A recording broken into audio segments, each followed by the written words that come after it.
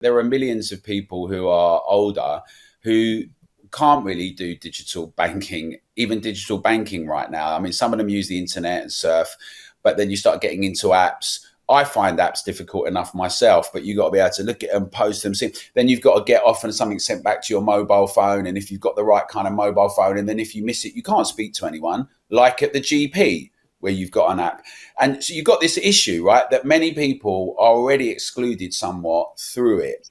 But the problem ostensibly with a programmable currency, right? There's a difference if you've got maybe through blockchain at the moment and Want to a just kind of, describe a little bit what it is in case people don't yeah. know? Just this, So, yeah.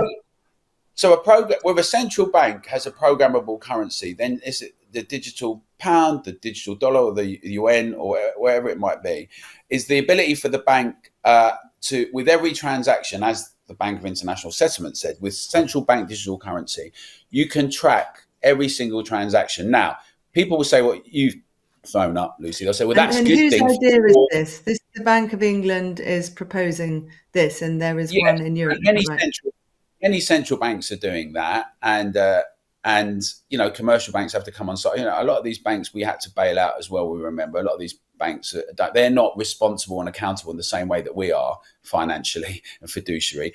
But what the concerns are is you have a situation with programmable that on any criteria, on any issue, that if someone ends up saying some things or behaving in a certain way or not meeting certain criteria, or if everything's lovely and then you get a new government in that says, by the way, this is our new thing and everyone has to be multiple personalities and identities and identify as a handbag. And if you don't do that, we're going to then impose these limits and restrictions. Sounds preposterous, right? But we've just gone through a whole period where children are told not to tell their parents by people that are in authority, adult authority, about transforming their bodies forever. So it's a weird thing to say, but all of a sudden you have new people with new ideas that are in place, and you've got the ability to program and track every single transaction with no spontaneity, no cash, no ability just to say, what if you don't want people seeing that you've contributed to GB News or to the Reform Party or to anyone or to Greenpeace or to Amnesty International?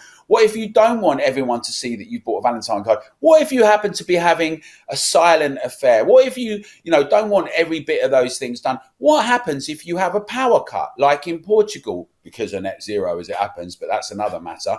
And all the grid goes down and you can't do transactions as well as not keeping the lights on, all of which much more in Britain is more of a concern now. What if you, because of net zero, what if you have a data leak like we've just seen with Afghanistan and their own spies, our own government spies and service? It's not funny, it's terrible, but this should be a warning sign to people who worry about data breach and security, which is not the principle on its own, but this is one key thing.